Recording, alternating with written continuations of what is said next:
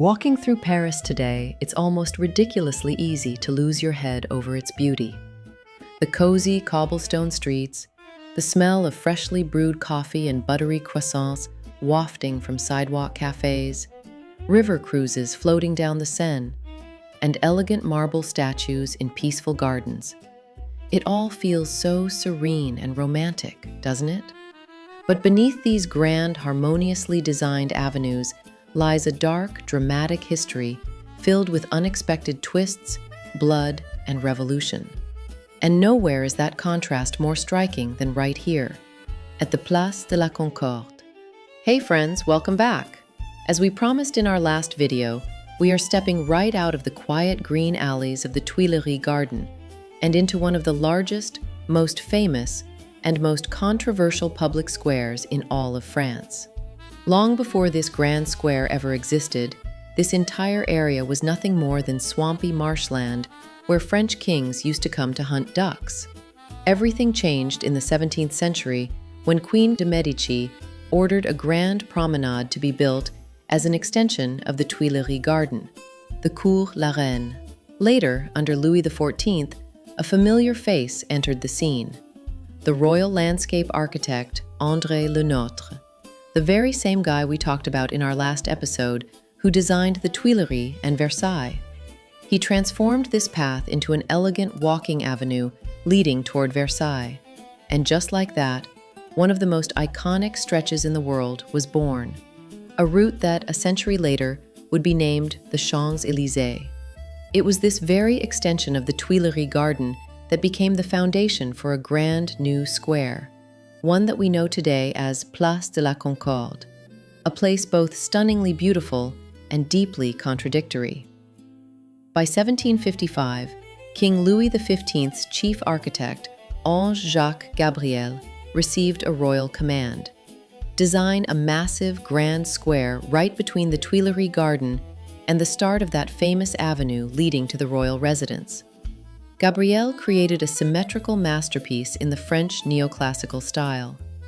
Naturally, it was named Place Louis XV, and to make sure no one forgot who was in charge, a massive bronze statue of the king on horseback was placed right in the center. The original square had a unique octagonal shape surrounded by a 20-meter-wide dry moat with stone bridges.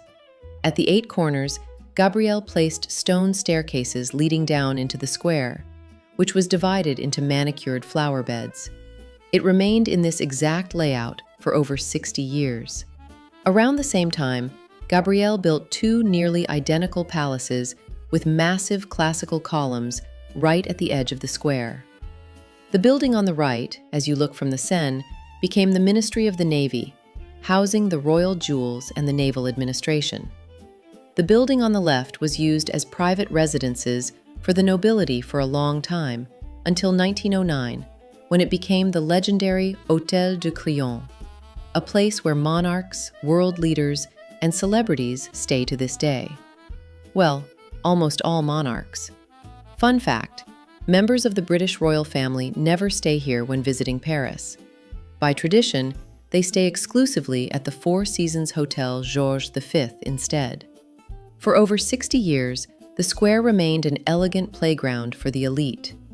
But 38 years after its creation, its story took a terrifying turn, transforming it into the ultimate stage for public executions. During the French Revolution, the square was renamed Place de la Révolution. The statue of Louis XV was pulled down, but the stone pedestal remained. And right beside it, they set up the guillotine. It was right here that Louis XV's own grandson, King Louis XVI, the last Bourbon king, was executed. His wife, Marie Antoinette, met the same fate here, as did Robespierre and more than 1,000 other people. Overnight, this place of royal luxury transformed into a symbol of the fall of the monarchy and radical change. When the revolutionary chaos finally cooled down, the square was given its current name, Place de la Concorde, symbolizing reconciliation and peace. It briefly went back to its original name a few times, but by 1830, it officially became Place de la Concorde for good. and the city decided to redesign it with new elements. 6 years later, the square received its most famous centerpiece, the Luxor Obelisk, a gift to France from the ruler of Egypt, Muhammad Ali. This 23-meter-tall, 250-ton monument was erected in front of a crowd of thousands of cheering Parisians. Egypt actually offered France 2 obelisks, but transporting just one was such an engineering nightmare that the second one was left behind in Luxor. You can actually find similar obelisks in London and New York today.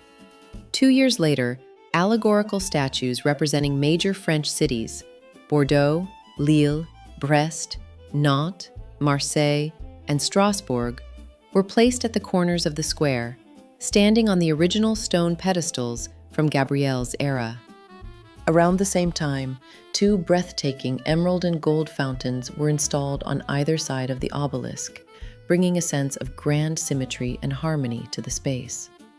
A couple of years after that, the deep moats were finally filled in, giving the square the open, majestic look we see today. And here is one last fascinating detail. Standing right here in the middle of Place de la Concorde, you are standing directly on Paris's famous historical axis, or the Triumphal Way.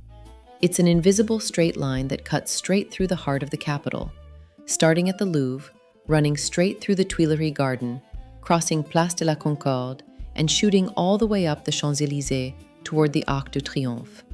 And speaking of that magnificent avenue and the iconic arch, that is exactly where we are heading in our very next episode. We've already shared some of the incredible story behind the Arc de Triomphe itself, like Napoleon's grand vision for his army and that unbelievable view from the top. But the arch is only half the story. The legendary street leading up to it and the massive, bustling plaza surrounding it hold so many more secrets just waiting to be uncovered. Make sure to hit that subscribe button so you don't miss our stroll up the world's most famous avenue.